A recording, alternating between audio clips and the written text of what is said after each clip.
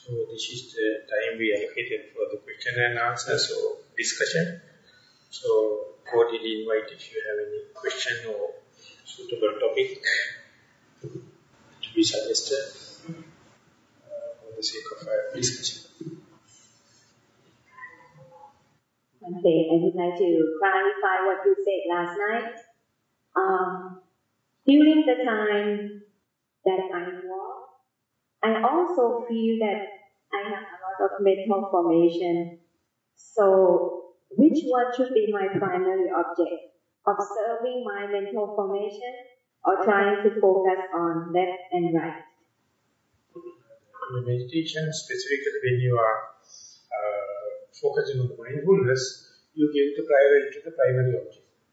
When you are observing the primary object at a very subtle level, you are bound to see the other aggregates such as the function of feelings, functions of perception, the functions of mental formations and the mind. So you don't get entangled with them, engage with them. You just keep on observing the primary object. While going there, you are doing a feasibility report, accumulating data when you are minding on one particular object, how the feelings are going to interact, encounter it, how the perceptions are, how the mental formations are, how the mind is. So therefore, let them to play their own game while you are observing the primary object, rather than trying to specifically study about one or the other mental faculties, unless otherwise they interact. Can I shift?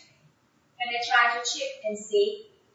See what? Okay, like last night you said, like the needle, observing the needle, how it works. Yeah. So supposedly, if I start from walking, and then I feel that the mental formation was a lot, coming one after another, can I try to shift my primary object to work on observing the mental formation? Not recommended, because the mind is the forerunner. Mind is the very thing cheating you. That is the very thing now going to ask you that you are going to learn about the mental formations. So it's a mind game. So therefore, master the materiality. Materiality is something verifiable, and there cannot be any kind of a mysticism. But when you are changing the object, due to the suggestion of your very mind, the mind is in a perverted form, maybe. So therefore, don't go to take their opinions. Knowingly only the Buddha says, whenever your mindfulness come up to a certain maturity, backed by concentration, you will be slowly going as and when the other objects come, such as the feeling, perception, mental formation and the mind, but you must not change the gear from your primary object to others. If it is going to happen, you are just succumb to the situation, you do what is appropriate. But never you change as your will, with your own intention. Then the complication happens. Then the meditation becomes complicated, the mind goes off the tracks, and ultimately you are in a mind world, in the fantasizing, daydreaming. So therefore, best thing is to go to the verifiable object, the materiality, whenever possible. Then that will be the time that if I was trying to observe the needle, I think mine is not enough. No, the point is going to get recorded. That's a piece of it.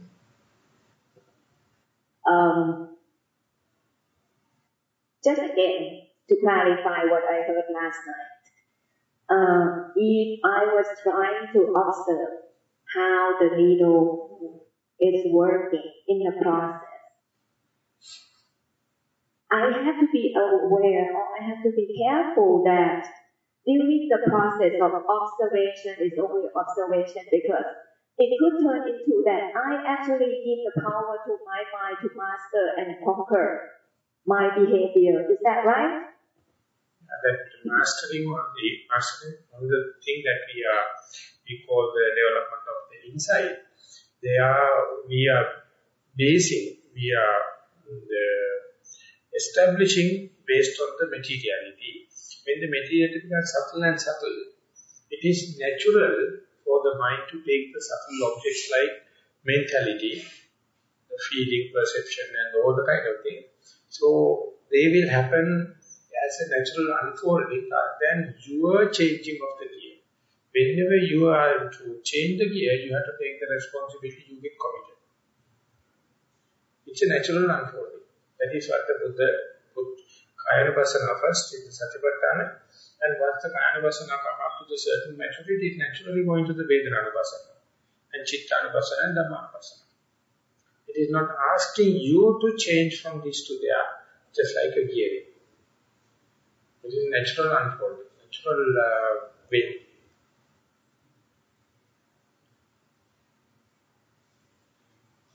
Sorry, I don't need to take the whole floor. How about if I am aware that my sixth contact point, which are the six faculties, any formation can be formed through one of the six.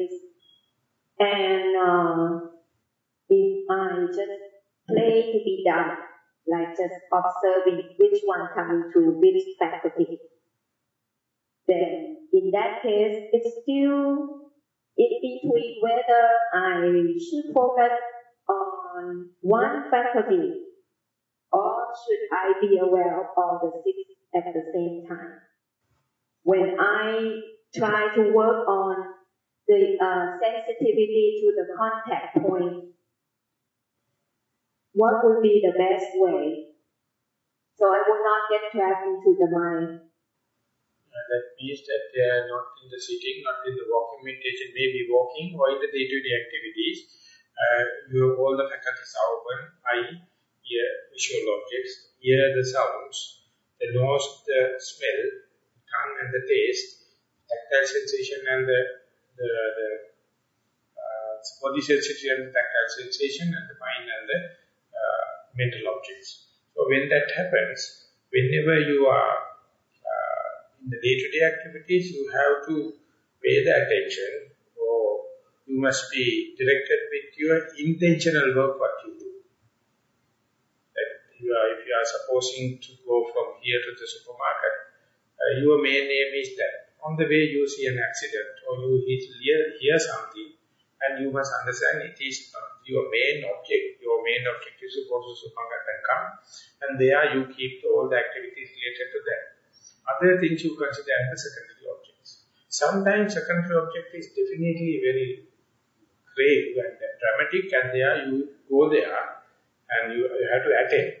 It is not due to your will and wish, it is demanding.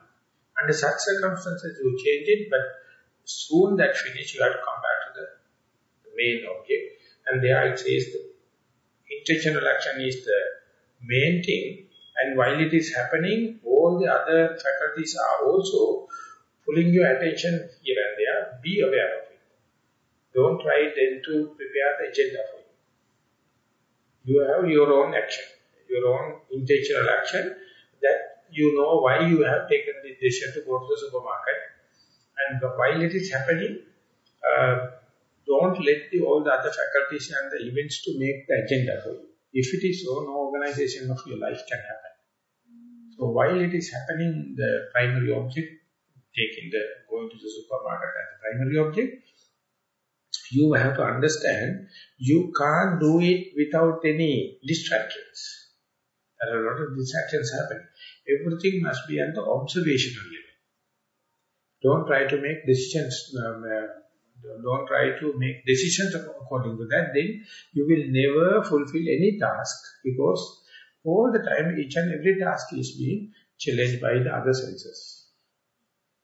So that is why it is very difficult to, unless otherwise you know the selection of priority, very difficult for such a person to fulfill the task in the world, because it's so much of demanding. So you have to have a certain amount of mindfulness and the priority selection. Which one is the first? That priority selection is what called sampajanya. Sampajanya that means called sometimes clear comprehension.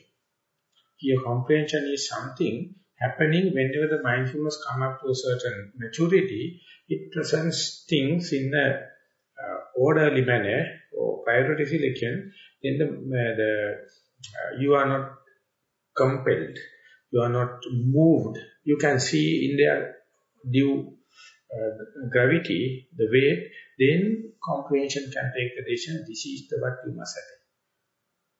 And so much so, when the comprehension, the clear comprehension is going to select the priority, the mindfulness must be always giving the peaceful atmosphere for the comprehension to happen.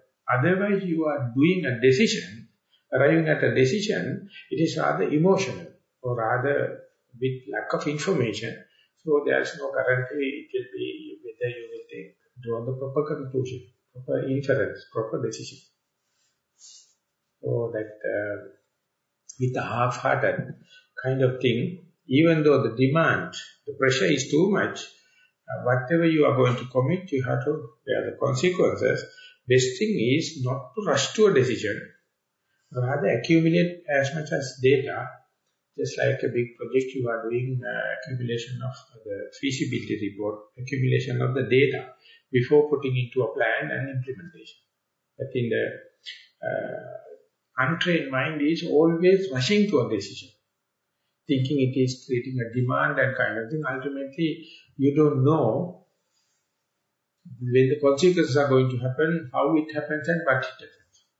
So therefore, rather than rushing, be more observant, accumulate as much as possible data, and then only you can arrive at a lasting decision. So decision-making process. There was a time that I observed and also had to make a decision. I became tense, so that's probably I was too quick to make a decision, right? So that you can put forward a lot of reasons why you are putting a decision, why you are rushing to a decision. But if someone coming and giving a question and asking your decision quickly, it is not an asking, it is a punishment. You have to decide it now means you are in a hell of a fix. You must not allow any person to make agenda for yourself, unless otherwise a request. Anyone can suggest, but the second thing is yours, because you are the one going to get the consequences. If you are having so much of pressing thing, that means you are in a hell of a situation. Mind is definitely in anxiety and some pressure and kind of thing. So therefore you have limited capacity. You have limited amount of likings and dislikings. And so much of pressure comes, how to filter them? So my Burmese master says, when you have so much of requests, let all the requests come and see the just and unjust at the beginning. Whether this demand is demanding something justifiable or injustifiable. And out of the just, take what is possible. I mean, you have the capacity. If it is beyond your capacity, even if it is justifiable, you can't do it. Out of you take what is possible, do what you like. Then results are much assured. But if you are doing due to the pressure, if you are doing without considering the just and unjust, and the capacity beyond you can accommodate, then definitely you are exhausted. You are tiring yourself with no good encouraging results. So what is the just, what is possible, and what you like? That is definitely going to give a job satisfaction, as well as fairly or good amount of good results. So therefore this filtering is what we call Sutta Sampajanya, which Satyavatthana Sutta the Buddha explained. Whenever you are going to take a side track take this decision. Be careful. You are taking a side track. Are you sure that you are, is the situation under your control? Are you sure whether you are going to do something justifiable? Are you going to do something you can do but within yourself? Or can you do it in happily with your desire, with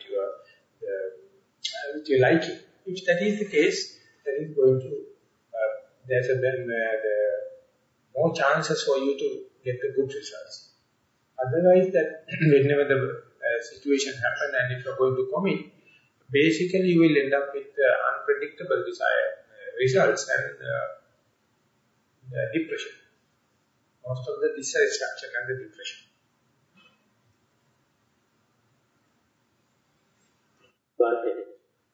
Now, how do you know whether you have a good level of mindfulness? How do one judge? So, that is basically, if you have a regular practitioner, in the sitting meditation, more you associate with the primary object, that's the most and close criterion to say whether you are mindful or not. In the walking meditation also, how much you are with your primary object. Not the quality, but the quantity-wise, that is the criterion. In the day-to-day activities also, how much you are wandering, how much you are fantasizing and kind of thing. It's a negative mark. But if you have a lot of points where you become here and now within the day, that's an indication the mindfulness is catching. But if you are losing the time in terms of here and now and get engaged or dragged off by your desire or hatred or other kind of thing, if it is increasing in the trend, that is a bad sign that mindfulness is reducing. So therefore, the primary object in that sense, giving a yardstick for you to measure whether the mindfulness is increasing, but this is talking about the quantity of mindfulness. And on top of that, only the quality of mindfulness happens. How much you can penetrate into the object, the primary object. More and more you penetrate into the results, jump without leaps and bounds, not to confine to the materiality. When the quality increases, it is learning how to deal with the mentality also, the feelings, perceptions also. So therefore, just by engaging on the primary object, which is materiality, so the form, does not indicate that your mindfulness and the knowledge, comprehension will be limited to the materiality. When the quality of the materiality, the mindfulness is increasing, it is go beyond the materiality, go to the mentality, something like for feelings and perception. So therefore, the mindfulness has two facets, the quantity and quality. But at the beginning, you are just giving the quantity. And then only the quality will come to be as a specialization. Well, quality comes naturally or quality comes with effort? At the beginning, with effort. At the beginning, you have to implement it, facilitate it. It says that the quantity and quality you can attribute to the vitakka and vichara. Vitakka means the applied thought. You are applying only to this one. That means you are forgetting about the others. The vichara means you are seeing the shapes and the manner of this one, just not going and coming. You taste it. You suck the sap of the object. So that you have to promote, that you have to train your mind. Otherwise you will be very lethargic. Due to your pushing, it will go and come without getting the touch of it, without getting the taste of it. So therefore at the beginning you have to train it, come to know the art, then it catches the momentum. So keep on accumulating the different facets, different shapes, different manners of the same object. So that then only you can understand the sensational transference. Otherwise it will appear like ego, appear like a permanent, as far as you are not penetrating. So even though it go and touch it, or if even if the mind is go and apply it to the object. If you are not sharp enough, the thing appear like equal.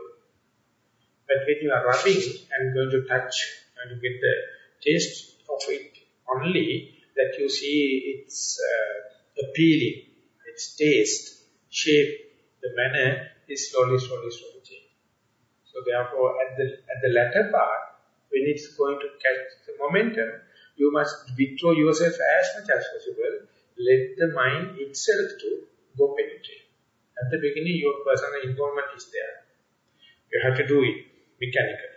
And once it is come up to its maturity, you must allow it to happen slowly. Ultimately, the mind itself will learn the ways and means to go into and suck all the sap, all the juice of the taste of the object.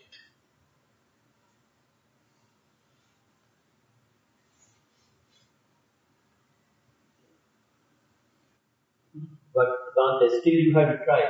In the sense, you can't let it go on its own, like say, you breathe, you in and out breathing, and you see the various heat for the cold for the waves, and but what happens is as you go on it, you get sidetracked, then you lose the, sometimes you get, when it's getting subtler, you lose that, when you lose the primary focus, then you lose the other things as well.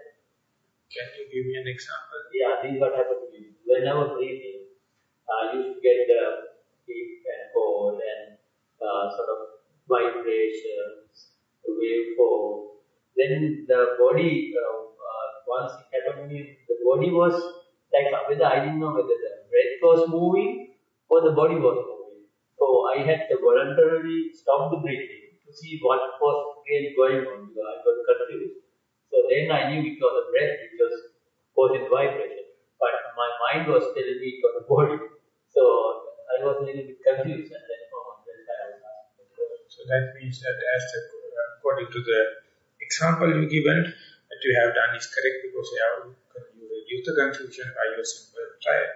So what is the thing in the theoretical it says is, when you go to the very subtle layers, the thing becomes transitional, and there are a lot of threatening happens, a lot of unpredictability happens, a lot of fearfulness happens, a lot of baselessness happens.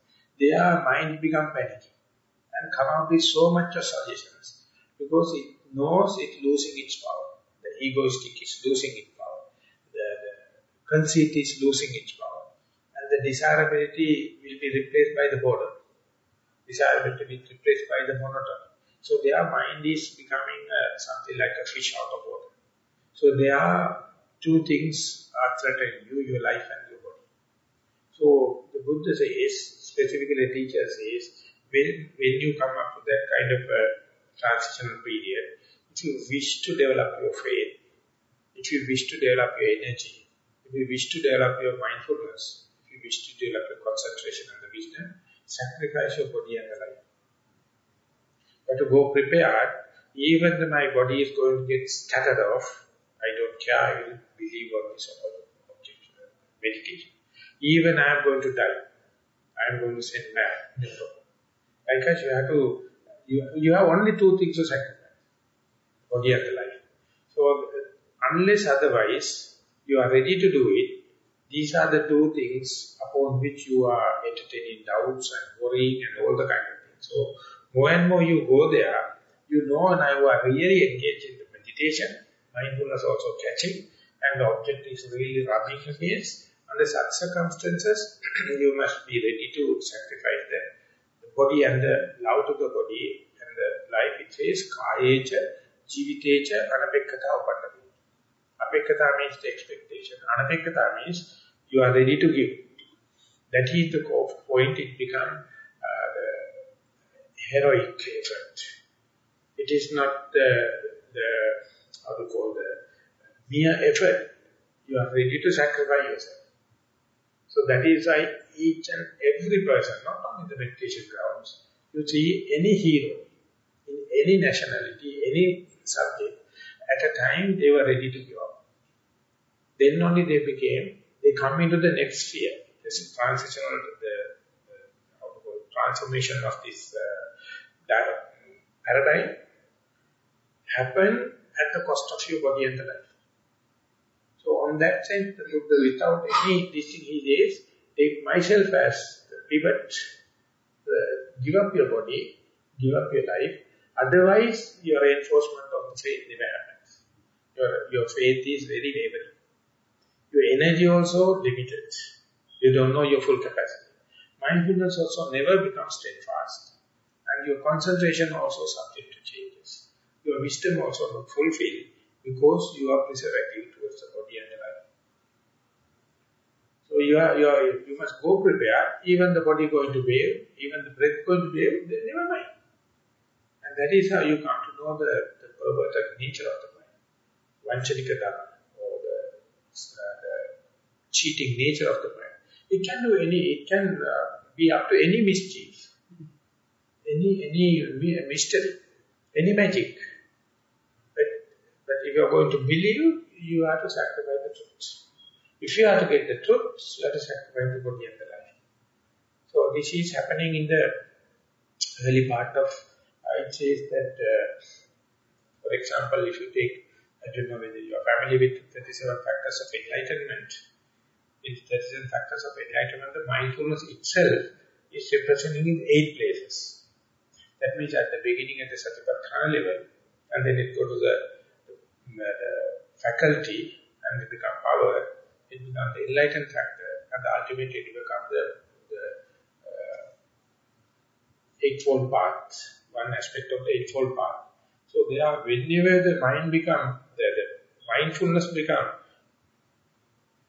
Indriya, that we're going to take the upper hand about the other faculties, mindfulness take the upper hand at the cost of your life and the body.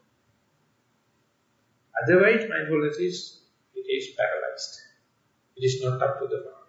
So, each of us have one or the other thing is leading factor. Mindfulness is tell you what is the leading factor.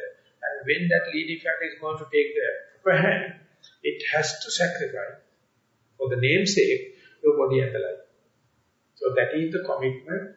It is demanding a healthy mentality. If you have no healthy mentality, definitely at that moment you will be wavering. Definitely you will take a step back. That is called fear of freedom.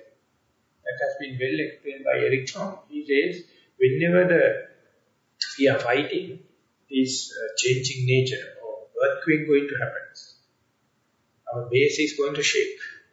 Over there, we have to wait whether we go back and preserve our body and the life, or we go to the truth, to the liberation. So, our conservative mind never takes that chance of liberation, because when that taken it, mind loses its egoistic trip. So therefore it comes out and gives so much of reasoning to why not come back and preserve your life and the body at the cost of the truth or liberation or the freedom. So therefore he has written the fear of freedom.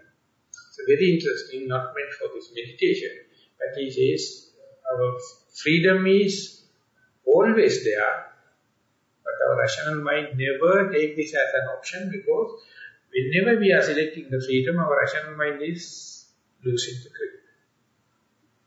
It's based upon your body and the life. So the day you are going to say, at the cost of body and the life, I am going to go to the truth, it's a sacrifice. You have to make a decision, no second person to share with, because no one can understand. So the Buddha said, this is your primary human right. You must not keep another person to get the second. Then he or she will never. So you must have your own decision to make it Kamoko Chicago. Take the decision and go. So we have to take that decision once for our samsara. Once taken, you will understand that decision is costing everything. That is in return reinforcing the faith, reinforcing the energy. reinforcing the mindfulness, reinforcing the concentration and the wisdom, and not that kind of galvanized or reinforced faith and kind of thing, you can't put into words. You can't convince others to it, because everyone is preservative, self-preservative. They wanted to have this body intact. They wanted to have this, the so-called their likings and disliking, the personality intact, so therefore they are not ready to sacrifice. So they will be happy with the moral conduct, they will be happy with the concentration, but never go for wisdom, which is based upon the liberation, the aiming at the liberation. So therefore the liberation is not much of an expensive thing. It's fairly cheap. With our anchorage to this body and the life, our anchorage to the rational knowledge, our anchorage to the opinion of the mind, the rational mind is, we are so slave. Always asking the rational mind, it will never give a chance for you to liberate yourself, because it's losing the wisdom. So therefore you have to understand the magic game, the vicious nature of the human mind, vicious nature of the rational mind, and you feel like it is the only thing is going to give kind of a argumenting for yourself. That is argumenting not for yourself, it is argumenting for its own establishment, self-establishment. So therefore it becomes irrational, it becomes going against the grain. It's a swimming upstream. For that only the Buddha says there should have a role model. There should have a preparedness. There should have a theory understanding. There should have a certain amount of your own mistakes, so trial and error and some success. When everything comes together only, you develop that kind of vibrant, enough means enough. Now we have to go, we have to jump. But even then, it is happening at the, of course, at the one time, and then onward, you have your own immunity. But even then, it's been challenged.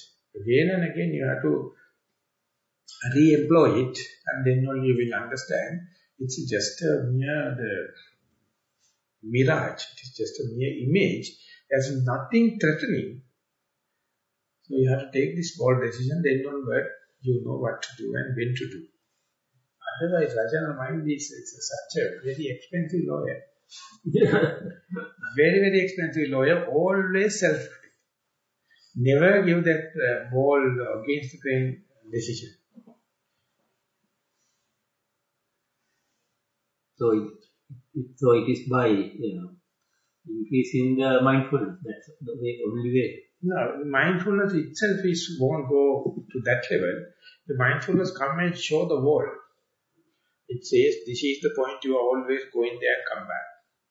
And when the mindfulness becomes your second nature, the clear comprehension come and tell you, this is the point, so far, so much, you are depending on your rational mind, and that is safeguarding only the ego, it is safeguarding only the conceit, it is safeguarding only your desire, but you have another option. You can be rational. You can be going against the grain.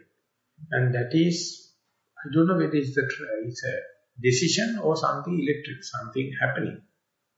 So it is not depending on any other factor. It is completely not cause and effect.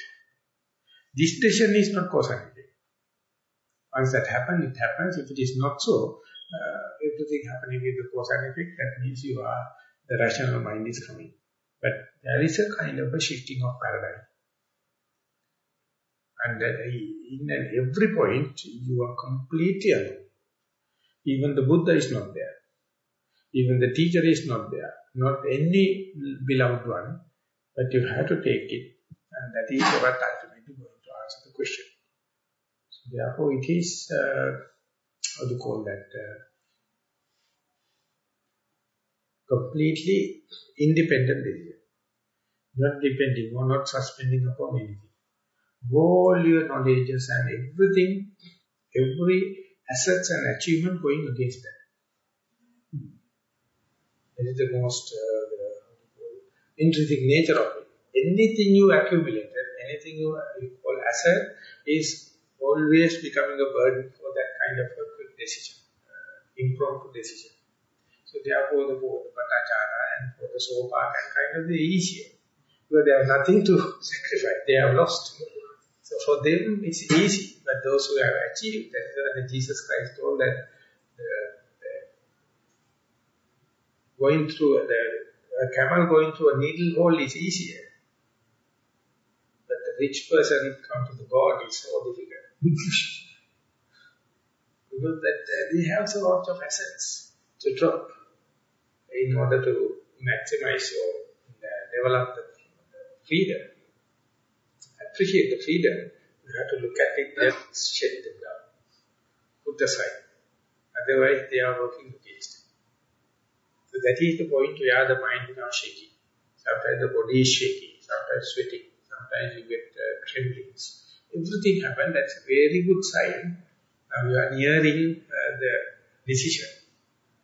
And over there, are you going to consider the body and the life as the pivotal thing, or ready to take a quick, rational, unpredictable, irrational, not rational decision? The point that you're talking about, is that the point where you change to Dhammajiva, or is you're talking about beyond that? In the theory, it says Jnata Parinya, Tirna Parinya, Pahana Parinya. Jnata Parinya means that just apprehension by knowledge, theory knowledge. You are going to say the rational knowledge will never going to leave you. It's a trap. It's a prison. So, but anyway, our world and the external world, the parents and teachers are always promoting us to develop the rational knowledge and the essence. So when you are practicing, at a time you come to know all these rational knowledge is shifting the present moment, not leaving the mind in the present moment. When you are going to go to the present moment, at a time you have to come to a Tirna Parinya, a decisive position. I have to either go by this rational possession or irrational impromptu thinking. So when that happens, Dhatu Manasikara is the stage there, because you don't see it is in-breath and out-breath. You have not seen the liberation. But the in-breath and out-breath has changed into different language. It has become a Dhatu Manasikara. So your whole body is internal, external. Boundary is the only matter. Whatever just Dhatu. As to as, soul, soil. But whenever the boundaries also go on, with your closed eyes, you don't know whether you are here or you are in the whole body or you are the whole universe. So at that moment, when the fearful mind is always come back here or try to assimilate and see the configuration of your sitting posture. Let's try to open the eyes and see whether I am in that. But when that happens, if you can be prepared, now the rational mind is threatened. And do I have the faith upon the Buddha?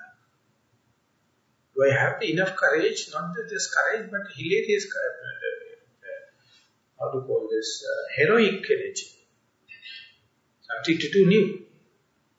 Do I have the mindfulness to maintain from this shifting of the paradigm? Even the things are happening, can I maintain the mindfulness? Or can I be still concentrated even the world is in the earthquake or tsunami? Can I still maintain the problem? Can my wisdom comprehend the situation? If the mind wish to do something, it can make all the world trembling. That is just the mind, it's the bubble. So they are only the decision, the Tirana Parinya, that you can't expect anyone to come and rescue you. But to understand you are the person who created this problem. Now it has come to the brink. It has come to the critical point. Are we, am I? Are we is out, am I? To go to. When that decision taken only, you can understand the burden of your assets. They are completely working against, which is pulling you back to the rational mind. So that you understand the attachment to what you have achieved is the burden you can't fly. It is like balloon is First they have to hook into the earth and then develop the hook there. You have to cut each and every shackles, then only it becomes going up. Otherwise it is bounded to the earth. So likewise then you can cut because you know now it is ready to go up. So that decision is not religious. It is not spiritual. It's irrational. It's unhuman. So for that only, that changing of your language and all the things are little by little changing.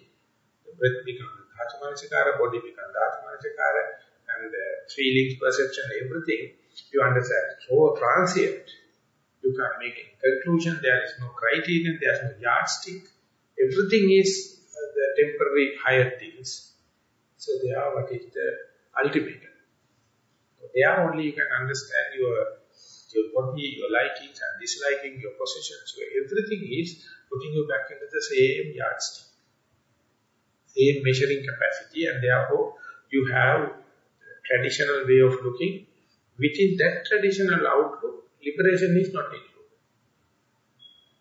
Rational mind never includes the liberation. It is talking about the circling and in the vortex.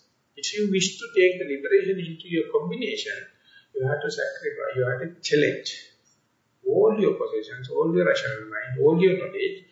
You are the only person who can do it. If I am going to tell you, it's a crime. If I am going to tell you, leave aside all the possessions and kind of, it's a crime. So therefore, no second person is involved.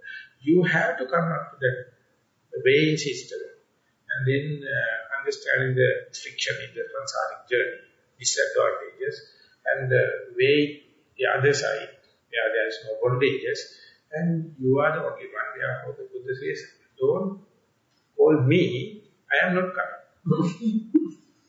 I am not your savior. I am not going to give you that liberation from anything. I am just giving you the information. I give a chance you to face this situation. But the decision is up to you. So much so he is respecting individual psychology. And but the thing is, when we are in the religious life, we are going to impose upon others. You must look like that, you must do like that. That is the crime. That is the ism. That is the Buddhism. But the Buddha Dhamma never press, never impose something, no commandments. It is see the person and say, you see it as just like the Buddha saw it, and the other liberated people saw it, and they took their own decision, and you will say it is a committed suicide. For a person living in the full-fledged life, it is a kind of a psychological commitment of the suicide. So it's called that, on the knowledge-wise, you are cutting off the labor cord. You are cutting off the cord to the mother. This thing, you are in the shuttle, in the space, then only you can go to the space, otherwise you are hooked to the mother Mauyani, the mother shuttle, mothership. So that is the way the Buddha becomes so radical. It's so like a samurai. It's not demanding any small thing, asking you to be at the life. Not less than that. But even then it is not for the Buddha. But he says you must be ready to sacrifice. I mean that is the biggest generosity, the biggest dana we are doing for the sake of truth, for the sake of liberation. But see how to sell this kind of idea in America. Because the whole world is asking you to have more and more possessions, consumerization, materialism, and being so, to sacrifice, asking to at least for a thought moment to see the disadvantage of it. Then what is this economic system? What is this political background? What is this socialization? All going to appear negative. So, that does not indicate you are going against it. You say, they have their limited values, but at least for 1 second you must have the idea to see their flaws, disadvantage. So that is why this, the people in the sensuous world find these things as nihilistic, disconstructive, and talking about the backwardness, don't see the aesthetic part of the world and the sensuous indulgence. They find that is something uppish. Uppish. In Sinhala, uppish means that not entertaining what is given. Uppish jeev. In English, there's another term. And therefore,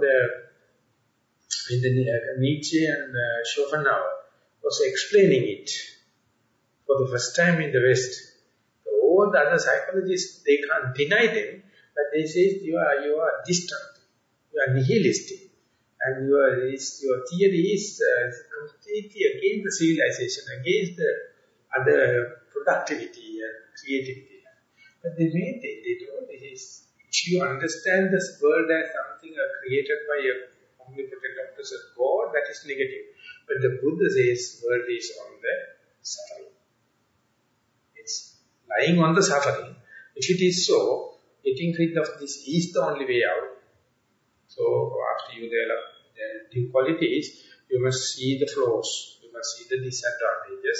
So for that, you must be very bold. So, but even in the Buddhism, even in the three trainings, the moral training and the concentration training never talk on that side. They are always self-assertive, boosting the self. But only in the Vipassana, after certain amount, as you mentioned, at the Dhammajiva and beyond, without that, no go. They are itself become a burden to go forward. And it is, you can't borrow it from someone. It must be assimilated within oneself. That is called samsara bhaya. You have urgency to get rid of this everlasting perpetuating of suffering. So, Bhante, so when we are meditating, we say, I am walking, I am at this place. So, how can you get rid of I to myself or ego? So, that is the point that Dhatu Manasikara comes in. Whenever Dhatu Manasikara is going to work, the in-breath and out-breath is appear like changing from cold to the warmness and long to the shortness. And in the walking also you see earth element is there when it is dropping and the air element is there when it is lifting. It's a matter of elements rather than the doer. Unless otherwise you go to that language, that communication, very difficult because I is always behind in our life. So this says the passive and active work, active phases of the language. When you say it rains, you do it. It rains. So ultimately when you are in the good walking meditation, walking happens. In the breathing also, when you come to the subtle breathing, there is no one breathing. You are just a mere observer. You can see the breathing takes place.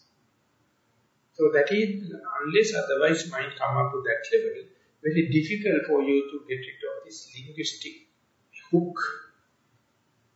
I am walking, I am in breathing, I am out breathing. That is why it says, don't do force breathing. Force breathing is always I, pregnant with I. So, by practicing long time only, you can come to a point, it is just mere happening. You are a distant observer, or independent observer, see things happen.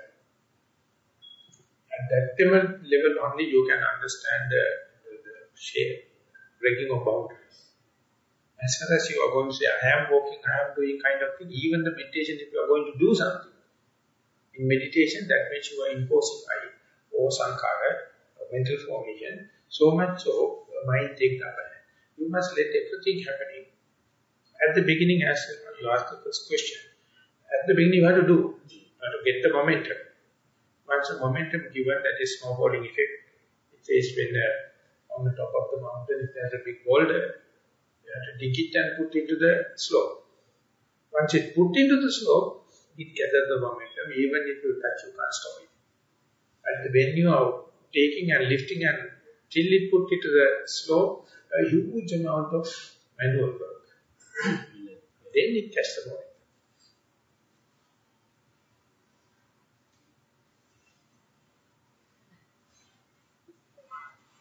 Bhante, this is not a very good question, but comes up in most of the talks. Different jnanas talk about Paccaya Parikkhana and Samvasana, and they are, please explain a little bit. All I understand is until you get to their way, it's not even Vipassana, the jnanas, right? Can you please? So far we have gone to in the 3 talks, we have gone to the materiality, the form. The Buddha says, unless otherwise you see the 4 phases, you will not be liberated. First you have to see the form as form. Second, you have to see the beginning of the form. Third, you have to see the liberation of, or this end of the form, and the way leading to liberation. So if you take the form as the breath, in-breath and out-breath, breath also cut into in-breath. So usually you see untrained mind is the peak of the in-breath once it's come up with a certain maturity. Then only you can feel it, and some people even can't. But we say some people can see. And it's the bell-shaped curve. You can see the tip of the iceberg. And so much so you are looking at it, won't make any change in your personality, any change in your mindfulness, nothing knowledge going to happen. Therefore the Buddha says, if you wish to see things, wish to phenomena in a detailed way, penetrating way, insight way, just see the beginning. So we'll say, you have taken that advice. So as and when the breath happens, you are be prepared, diligent and see. And then you can see from the perception starting point and then growing up. So now that means you are seeing the middle and the beginning. Seeing the middle only is the untrained mind. That is called Namarupa Paccaya. When you see the beginning and the end, middle, that means you see each and every phenomena has a hidden part known as beginning. Unless otherwise you are penetrative, unless otherwise you focus, it naturally won't come. So you have to see. The moment you see the breath, in-breath, you see it is exactly the out-breath. It's exactly the heat, the desire, the hatred. Everything we come to know when it comes up to a certain maturity. But that maturity comes because of your negligence. You are not vigilant when it comes into being. So therefore the vigilance means, apamada means, mindfulness means to, each and every phenomena has a beginning. The moment you see the materiality or mentality, the middle and the beginning, that is what you call seeing the cause for each and everything, Paccaya Parikkhana. And when this happening, the Buddha says, it is naturally, more and more your mindfulness becomes subtle, you are bound to see the end. You can't do away with it. So the moment you see the beginning, the middle and end, it's called Samvasana. And they are, even if you see the materiality, it's exactly applicable to the mentality. The desire, the painful feeling. If you see from the beginning, arising of the painful feeling is something to be hate.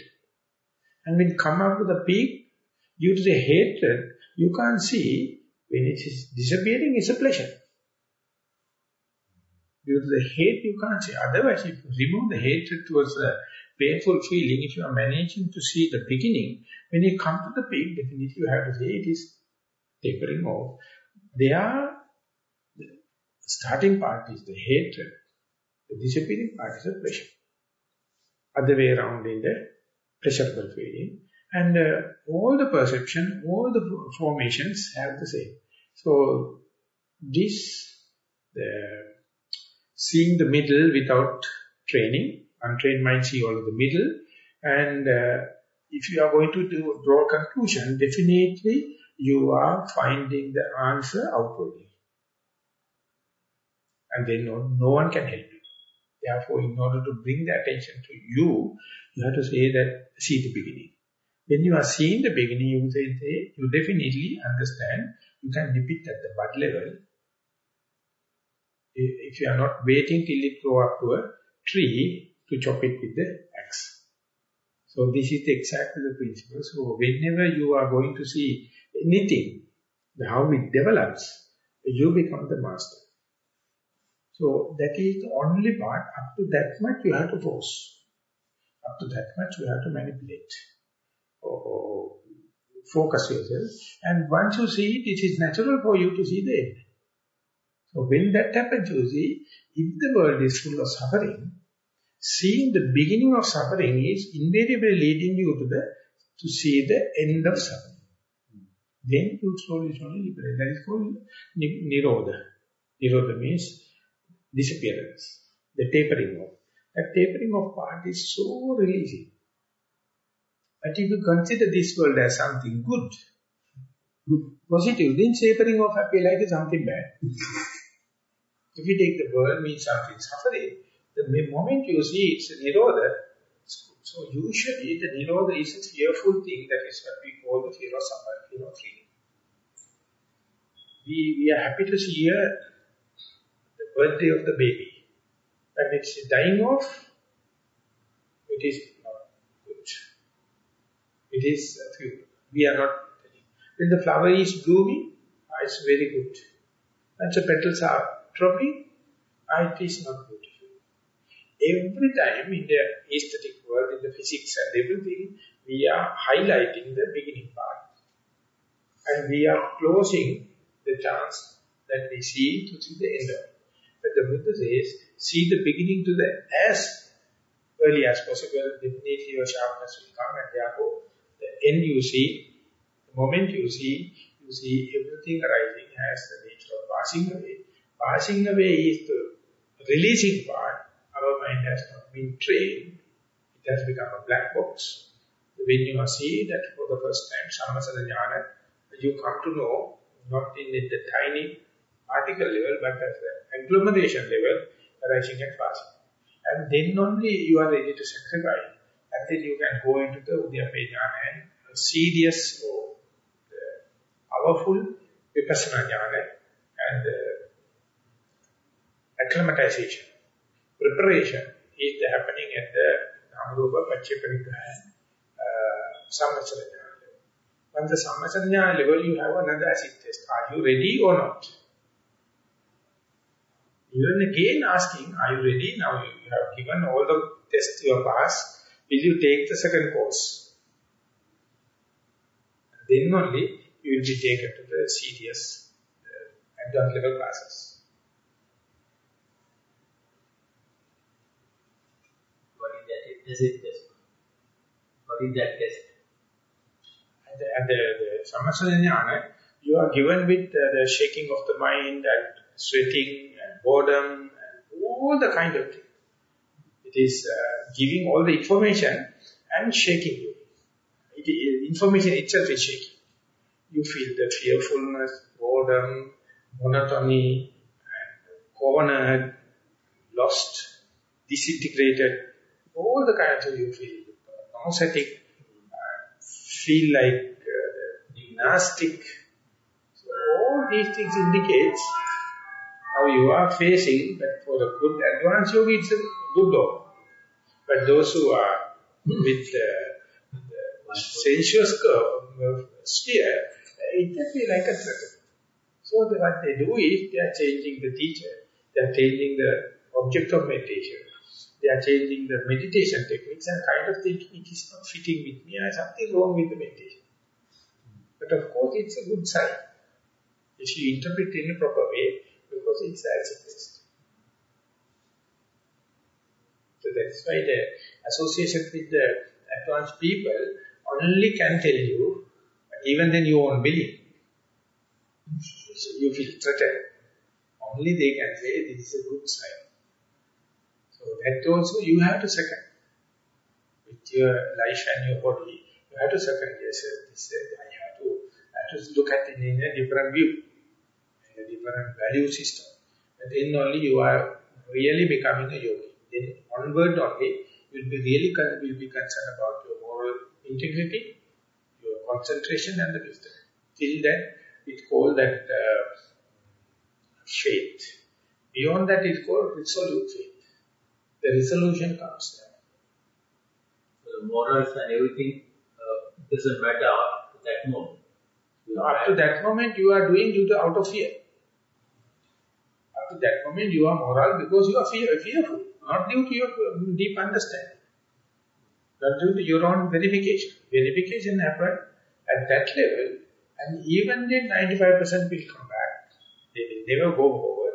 Once you go there, then onward you become moral, not to show others. You know your own justification. You know why you are become concentrated.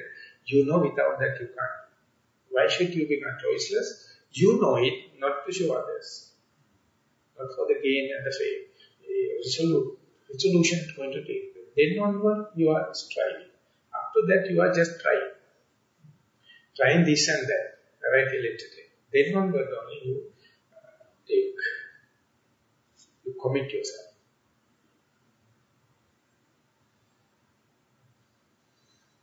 Okay, now we have taken due time. So we'll go for 1 hour walking and come back at 3:30.